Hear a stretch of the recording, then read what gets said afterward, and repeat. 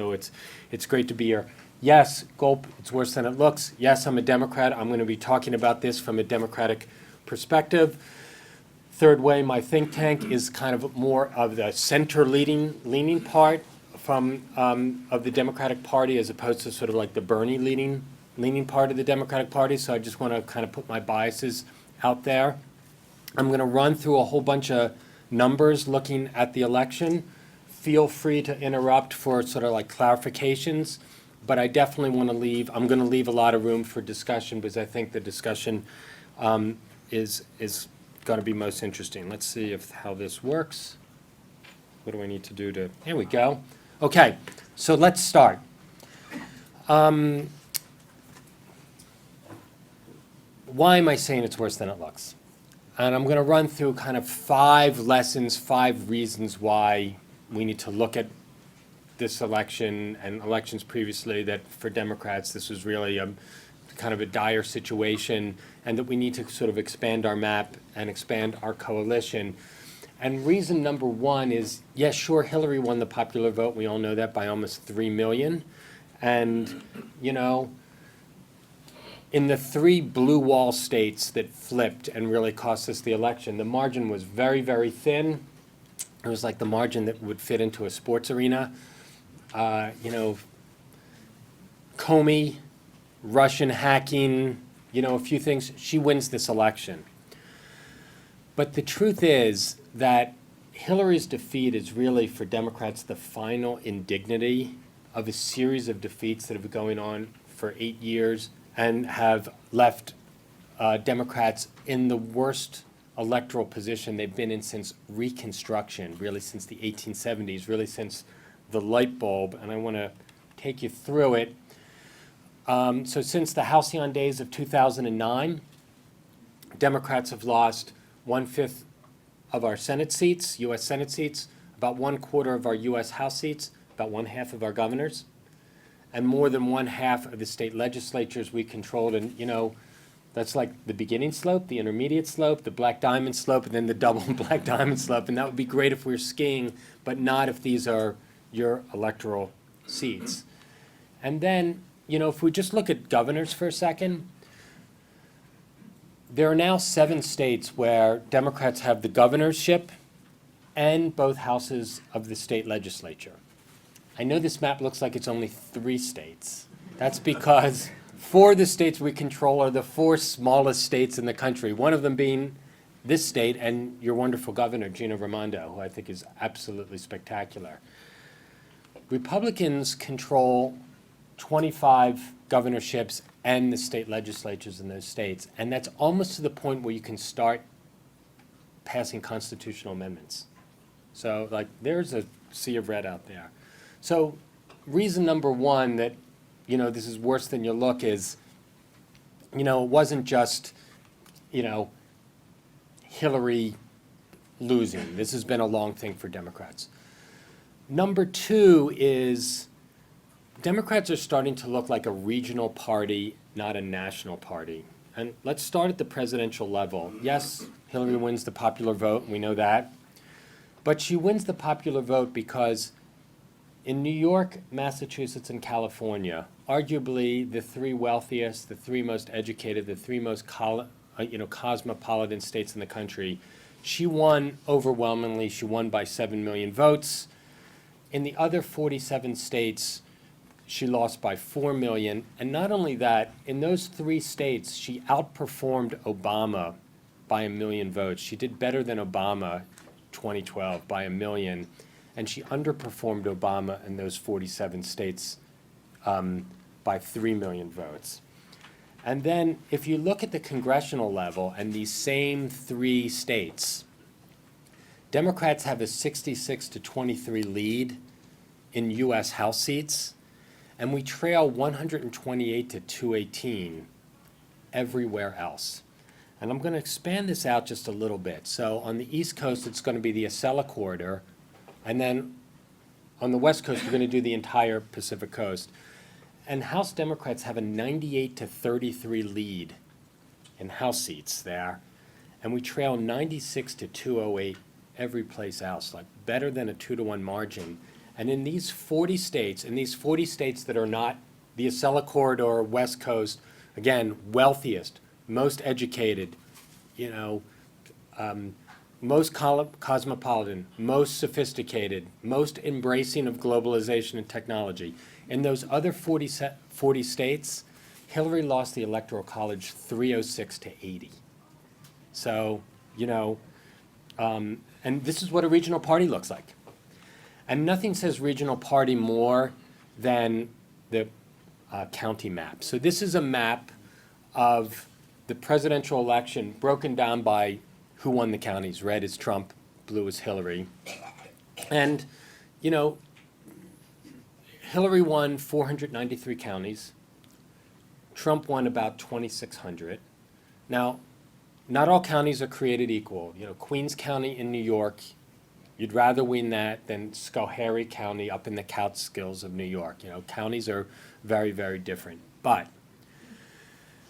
you can go from the Atlantic coast to the Pacific coast and never touch blue soil, and you can go from the Canadian border to the Mexican border and never touch blue soil. And the truth of the matter, whether we like it or not, our Constitution gives a lot of power to sparse places, and it always has been. You know, so Montana gets 2 senators, New York gets 2 senators.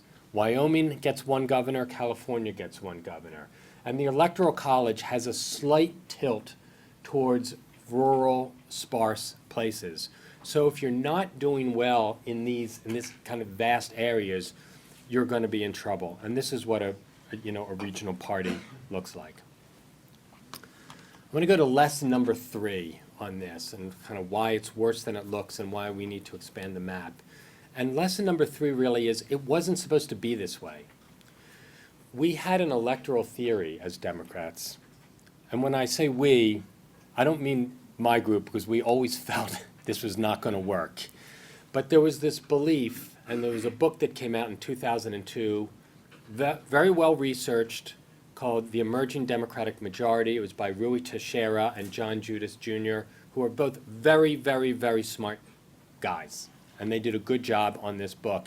And what they argued was that the changing face of America, the increase in essentially non-white Americans and the millennial generation, and an increase in the number of single women and non-religious people, that these are Democratic-leaning folks, and this was going to basically make Democratic majorities inevitable.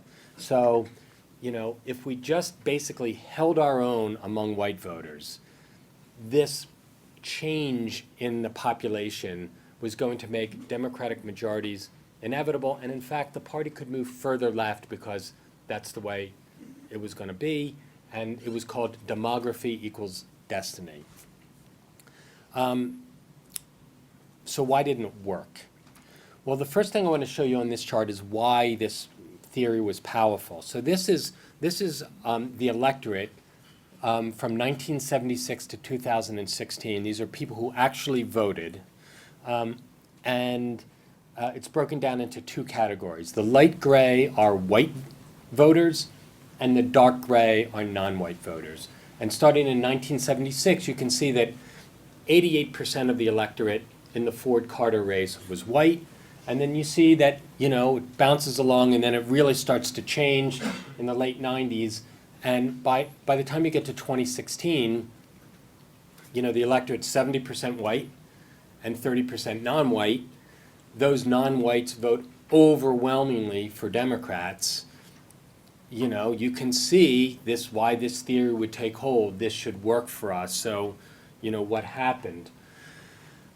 Couple of problems with it. I'm just going to use a couple slides to illustrate. The first is that demographic change is not evenly distributed across the country, and really not even close. So one way to look at congressional districts is you can divide them into 3 categories. There's 435 congressional districts, House members, and the U.S. Congress, and you can put them into 3 categories: easy blue, easy red, up for grabs purple. And these categories, those are my names, but these categories were developed by an organization called the Cook Report, which is a non-partisan organization that sort of analyzes elections and congressional districts. And they basically say, look, there's 159 congressional districts that just by their past voting behavior, these are safe Democratic districts. It'll take a miracle for a Republican to win. And sure enough, Democrats have seats in 158 out of those 159. Well, those districts are 45% white and 55% non-white. In the 90 congressional districts that are up for grabs, the districts are 70% white and 30% non-white, which resembles the 186 easy red districts that are, 74% white and 26% non-white. Because of gerrymandering, because of the way people sort themselves out, where they decide to live, all sorts of factors, the non-white portion of America lives in concentrated places, and that's what it shows up on this House map, and it's even more so when you look at the Senate. The second reason that this has not reached fruition was that it was based on the notion that we would hold our own among whites. We didn't have to win whites, we just had to hold our own. So this is exit polls from the 2016 election. 70% of the electorate was white, and among white voters, according to exit polls, Hillary got 37%, Trump got 58%. We'll do the math. Hillary lost by 21 points. By way of comparison, in 1992, Bill Clinton lost the white vote by 1 point. Now, for Hillary to win, she doesn't need to, or a future Democrat to win, you don't need to win the white vote or break even with the white vote. You don't even have to lose by 10 points. But if you're losing by 21 points, what it means is if you're winning African Americans 88-8, winning them by 80 points, as Hillary did, that's not enough. And if you're winning Asians by 36, as Hillary did, it's not enough. And if you're winning Hispanics by 36, as Hillary did, it's not enough. So if you look at Bill Clinton, 1992, 1% loss, to Hillary, 2016, 21-point loss, there's basically kind of a straight line, trend line that is taking you from that 1 to 21%. There's a bit of a blip in 2008 because Obama does so well that there's a little spike among white voters. So the portion of the non-white electorate is going to continue to grow.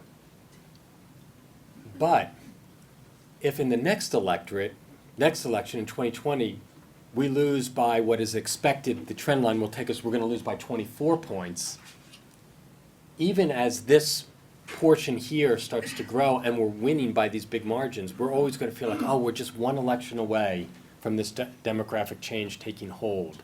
So this demography is destiny only works if you lose to whites, among whites, by just a bad margin, not like a horrific margin.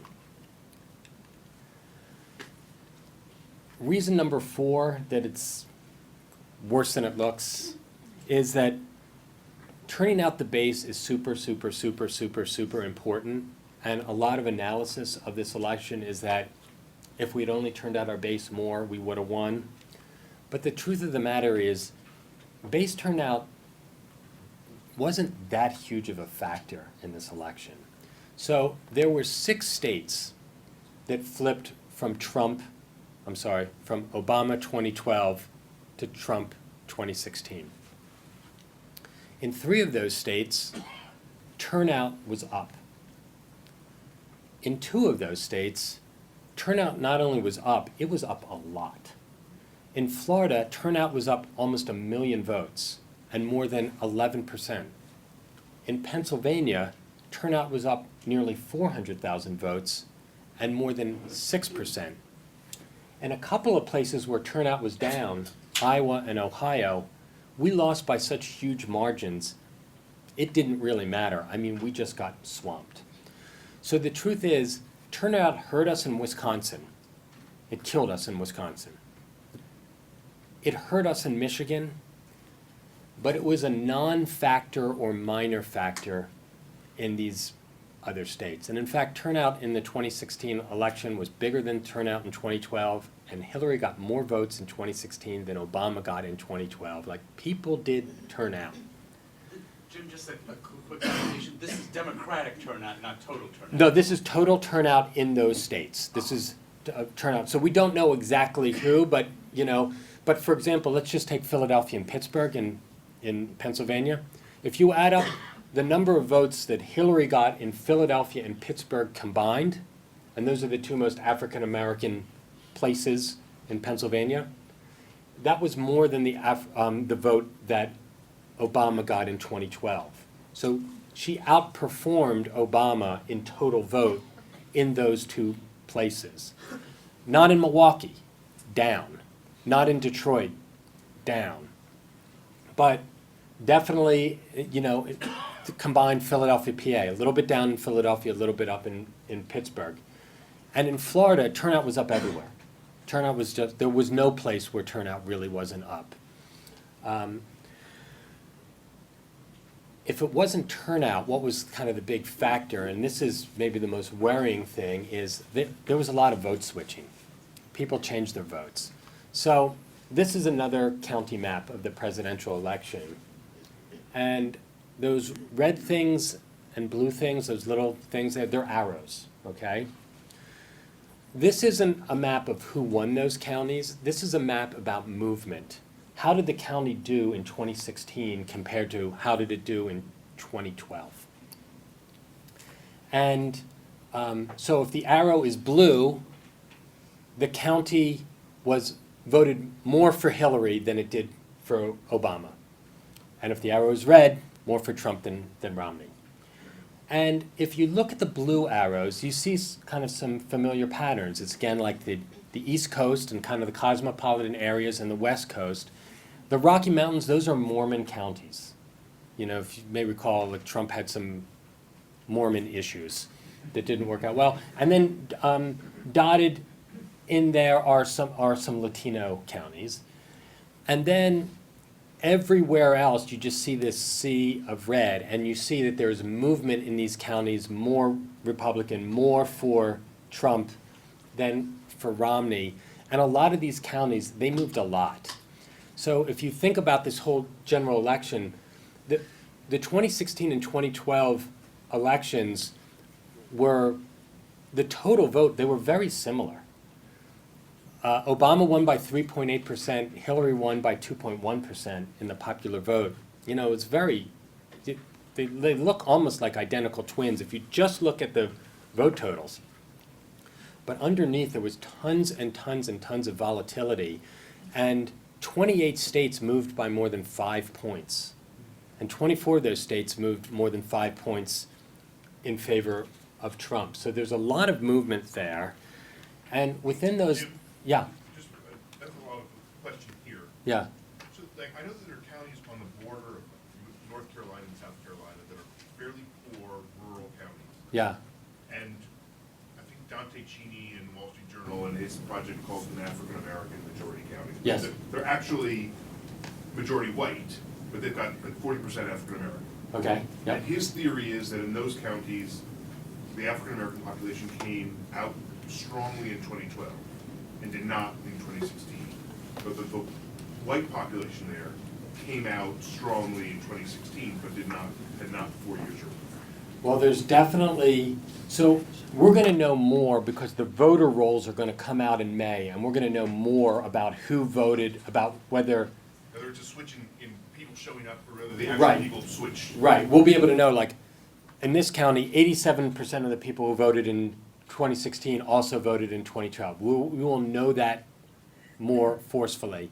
And I think there's probably some truth to that. I think in certain areas you saw some depressed turnout in African American areas, particularly in some of the states where, you know, there's some voter suppression going on. So you didn't see that in the urban areas though, for the most part, except, you know, places like Milwaukee and Detroit, where I just think the Hillary campaign dropped the ball in those areas and didn't do what they were supposed to do.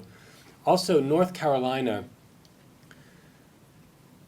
Obama really, really, really went after North Carolina. You know, that was a real, and Hillary's people, they started to back off on that too, so I don't know if that's part of it as well, you know. But we'll know more probably in May on these, like how much were switchers and how much were, Swappers. yeah. I like that. Trademark. Trademark, Mark Dunkelman. And there were 403 counties that, that voted for Obama at least once, and then voted for Trump, okay? And you can see there are a lot in the, kind of the Rust Belt and industrial Northwest, or Northeast, Midwest.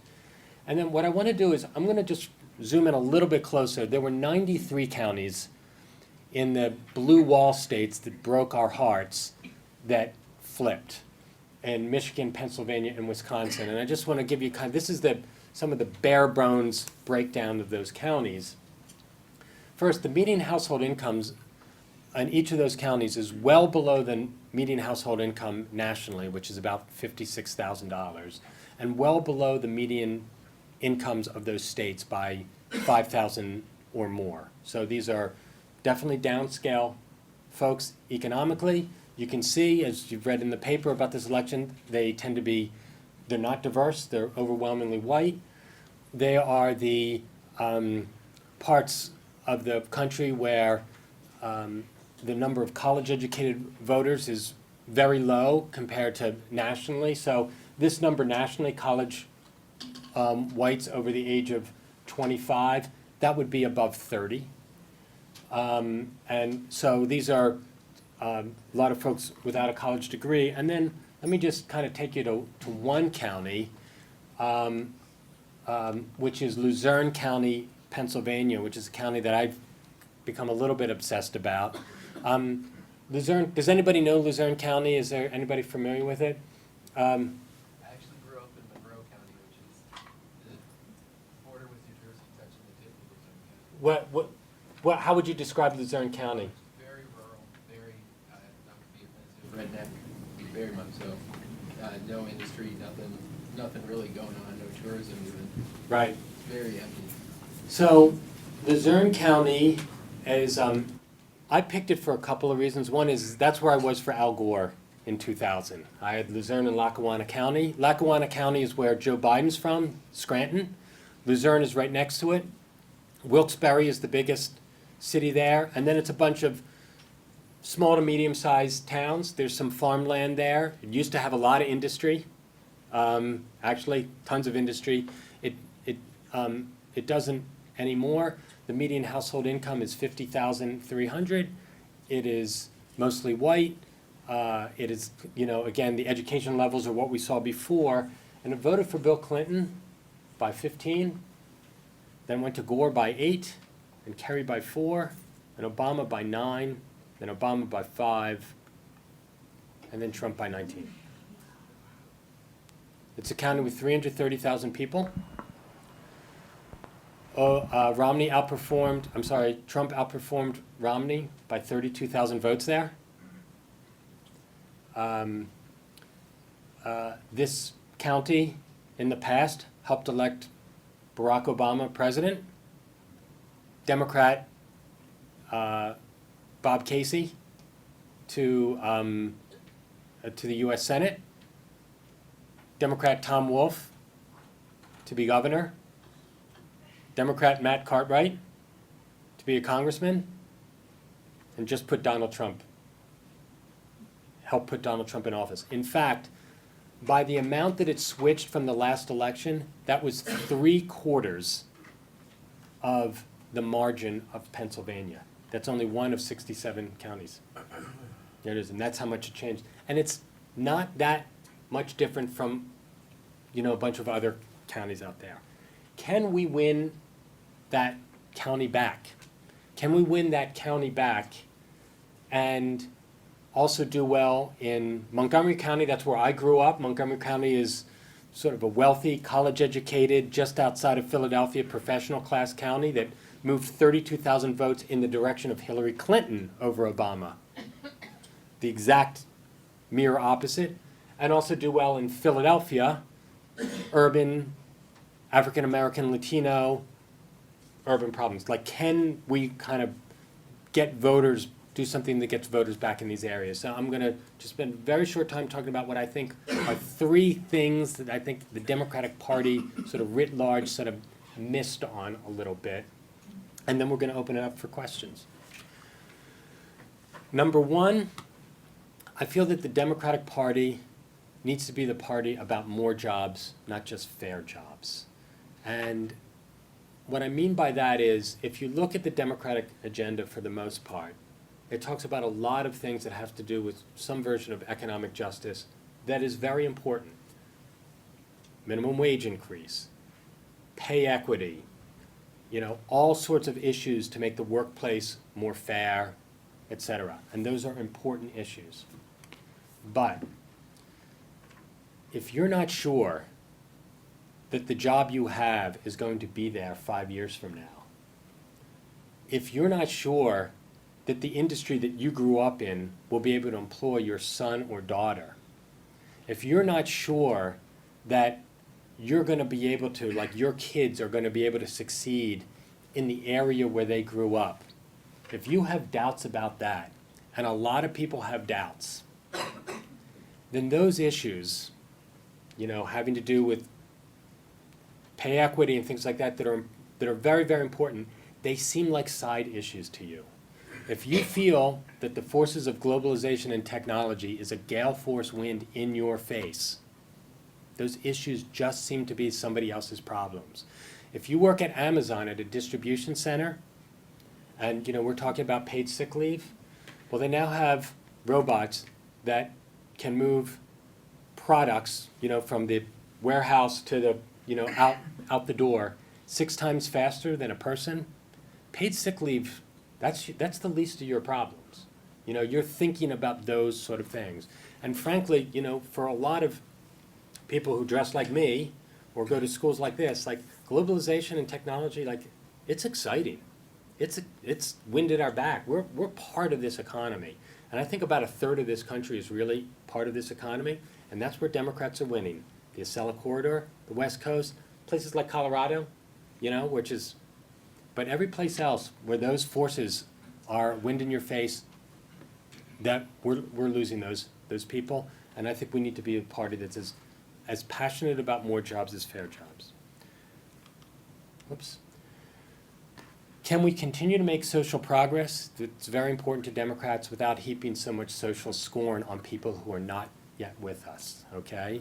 And I think one of the things I'm proud about as a centrist Democrat and the founder of an organization that, is kind of the intellectual center of centrist Democrats is, in the 80s and 90s, when that organization started, the previous one, the Democratic Leadership Council, which was a great organization, the cleave in the Democratic Party was cultural. It was social issues.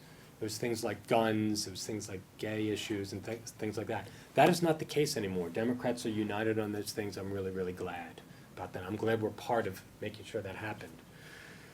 But there's definitely a lot of people who feel like, okay, if you're not sort of at the tip of the spear on these social issues, the Democratic Party is looking down on you. And I want to give you one example. How many people here remember the TV show MASH? The younger people, of course, don't. How many liked it? Okay. For those who never saw the show, MASH was a show in the 1970s that was the most kind of forward-thinking, progressive show on television. It was in some ways a parody of the Vietnam War, although it used the Korean War as a backdrop. And the star of the show was Alan Alda, who was considered the modern progressive man. He was even on the cover of Time magazine to be, this is the way modern, this is what sort of the modern progressivism, the modern man, American male should be. And, it was the paragon in some ways of liberalism on television. If that show came out today, I watched it 2 months ago, I tuned into it, I watched it for the first time in about 30 years. If that show came on today, half the people in this room would picket it. let me tell you.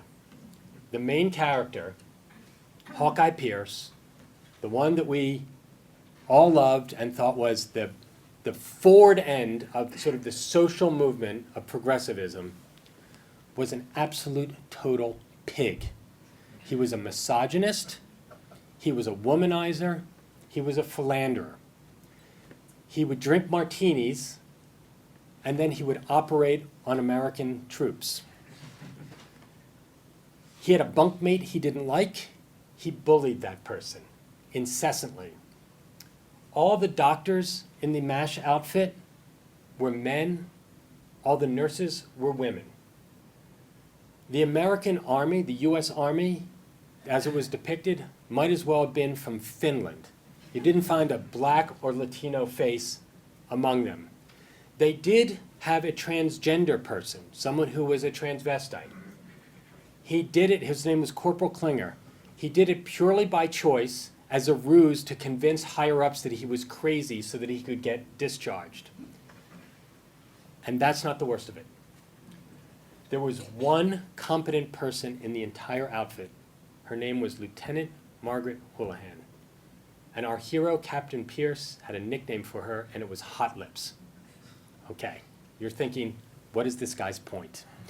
My point is this. In 1977, we looked at that and said, that is the edge of social progress in America.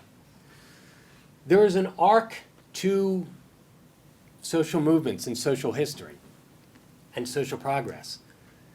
And what looked like the far edge then looks like Neanderthals now.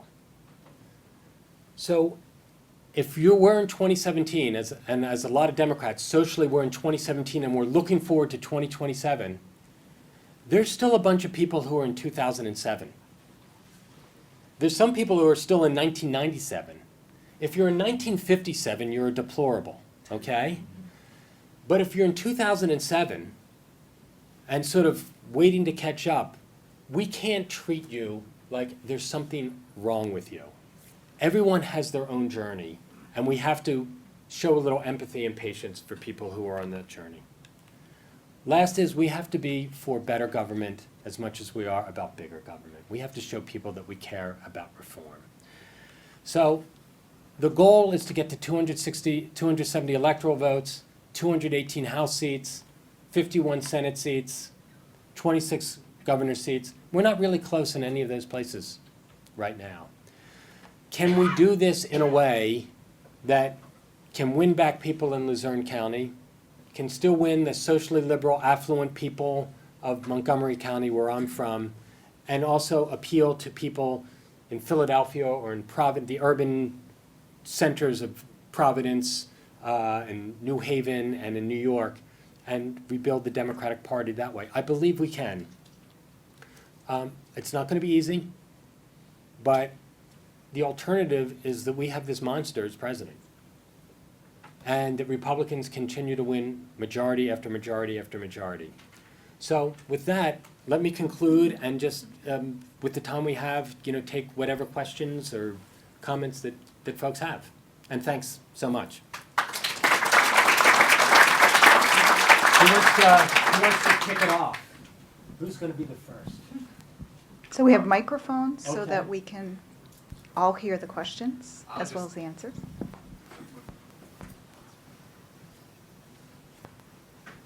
I'll yell. Okay. So just while everybody's thinking of a question, a quick one. You're in the middle of, let's call it, a discussion in the Democratic Party, to which there are two sides. Right.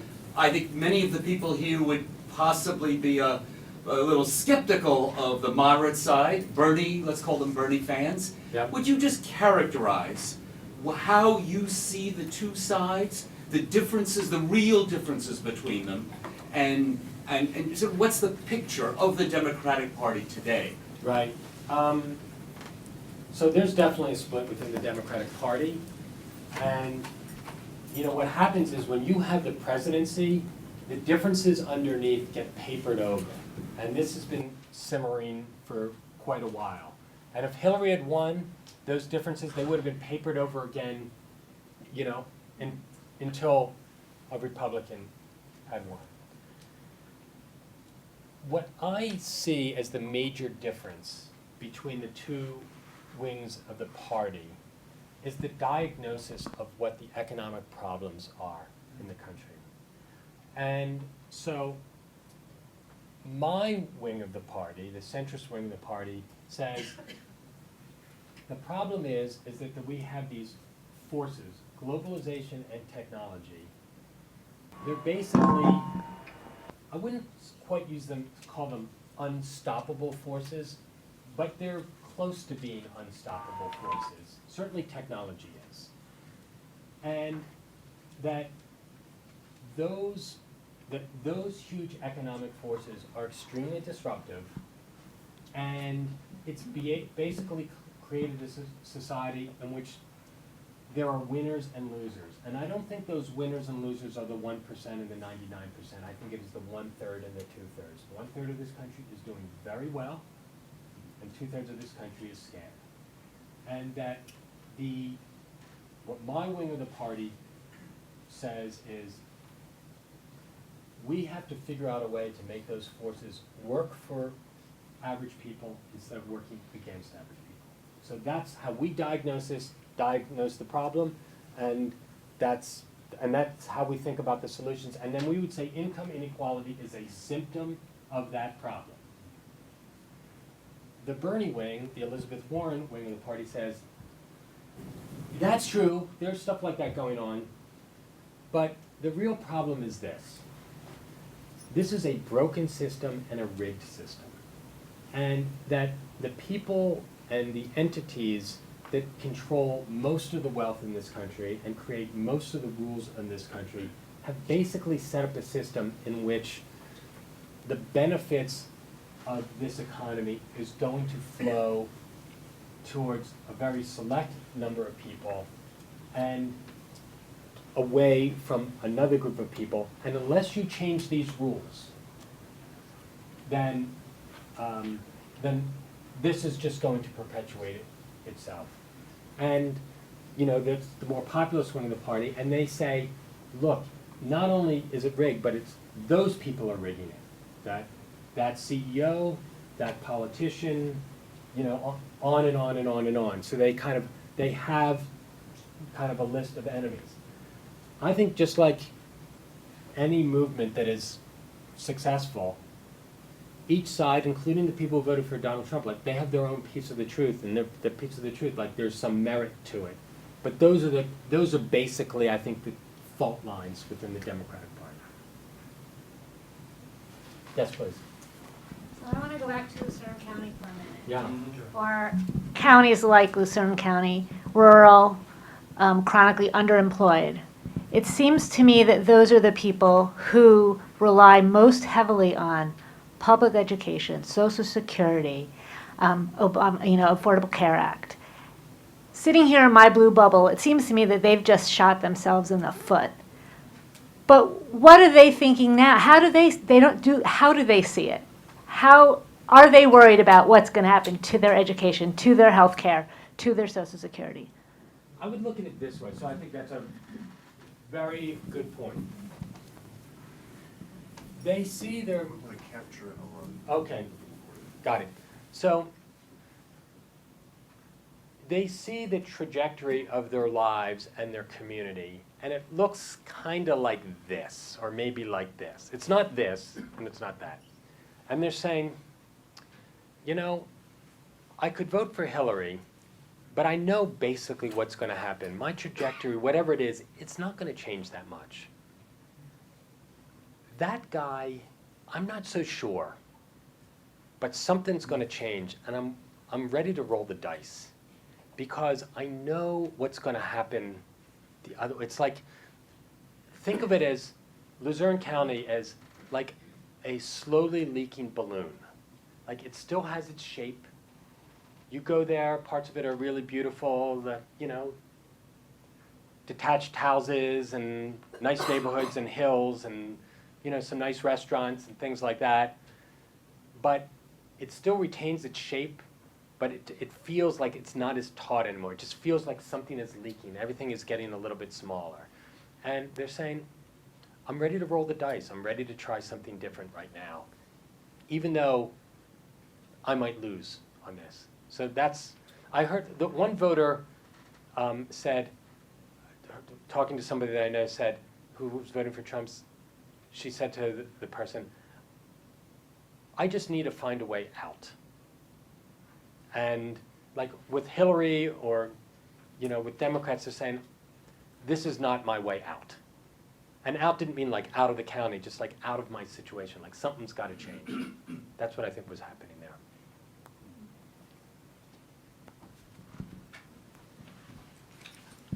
So back to Luzerne County. How do we get Luzerne County back when we can't get our message out? I feel like people in Luzerne County are watching Fox News. Right. And I don't know where, like when people were watching MASH, they were watching, I would think, ABC and CBS News, which Yep. seem to be a little bit more in the middle. That's Yep. not what's going on right now. Yeah. How many people here watch Fox News? So we got 2 Fox News watchers. I want to say thank you, because that's actually the only news station that I appear on. I actually,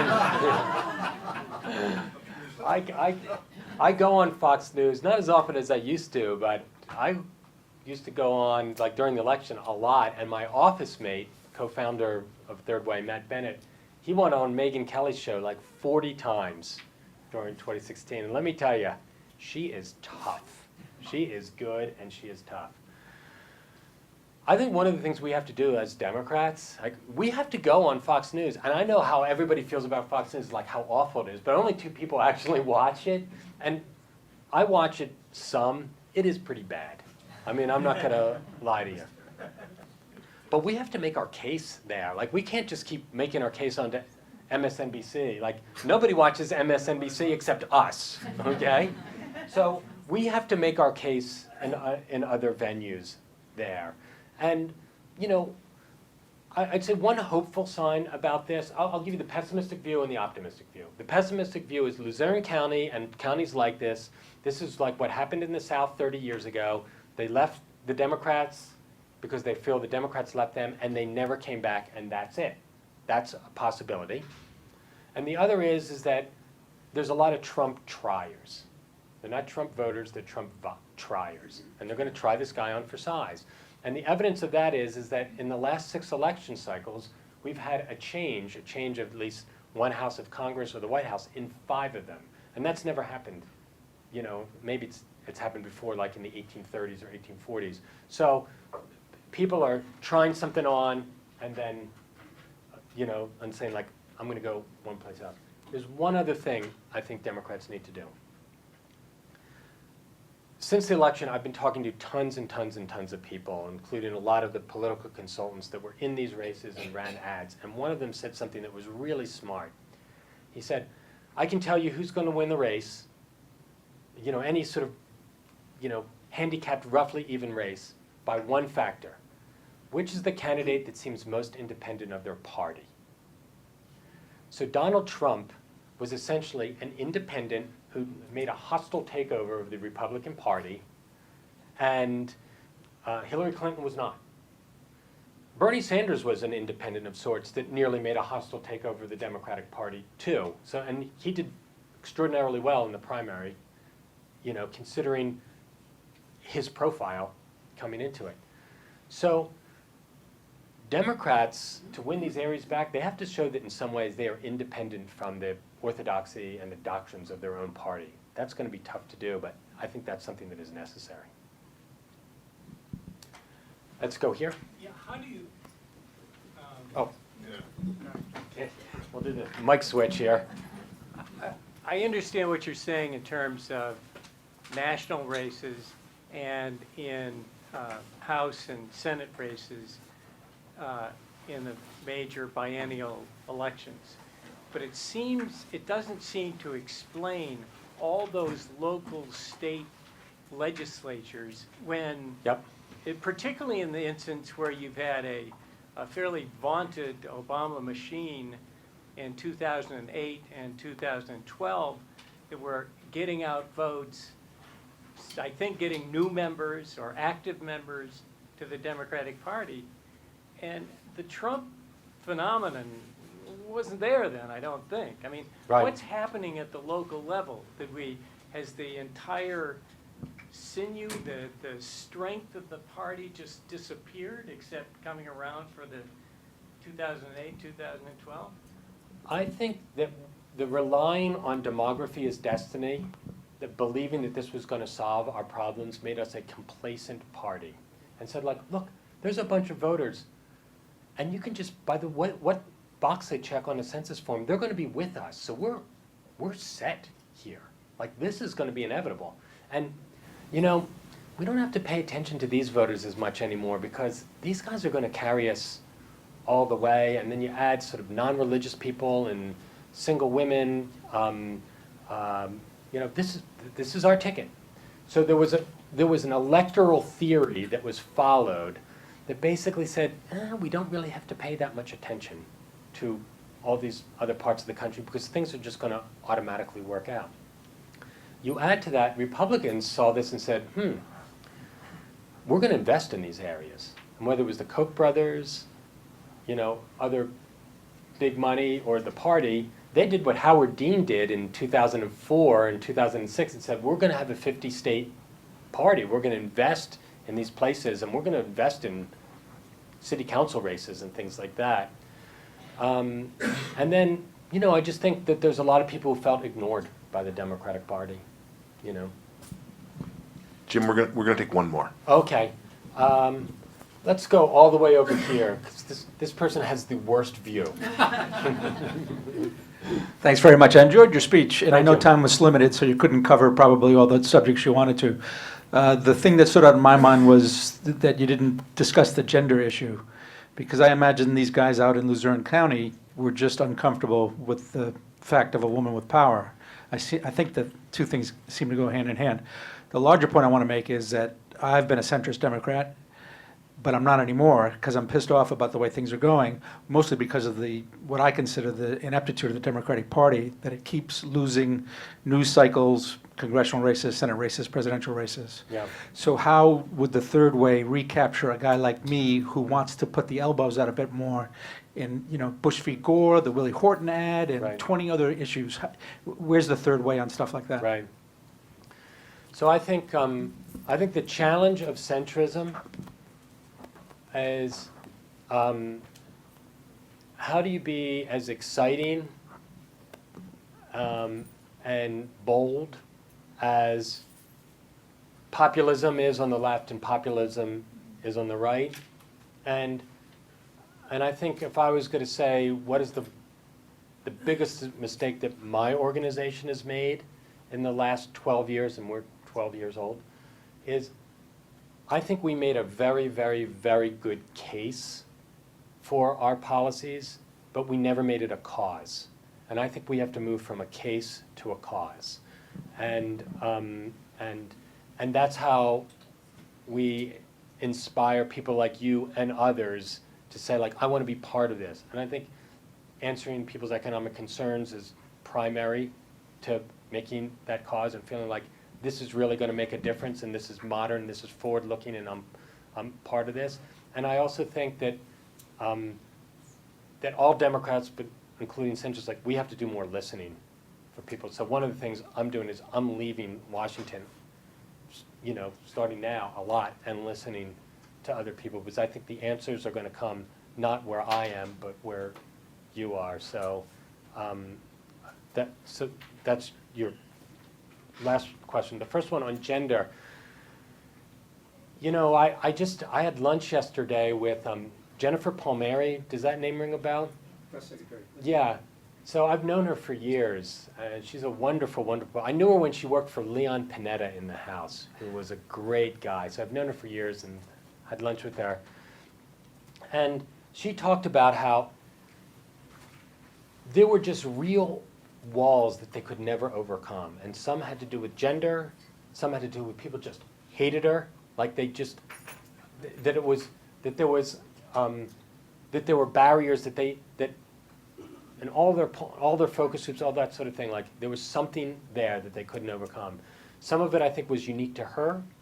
Some of it might have been gender. Some of it might have been gender following race, like, oh, we made history here, you mean we've got to make history now? But I don't know the answer to that question, but I think it's worth thinking about. Jim, thank you for coming. Thank you, this is great, I really enjoyed it.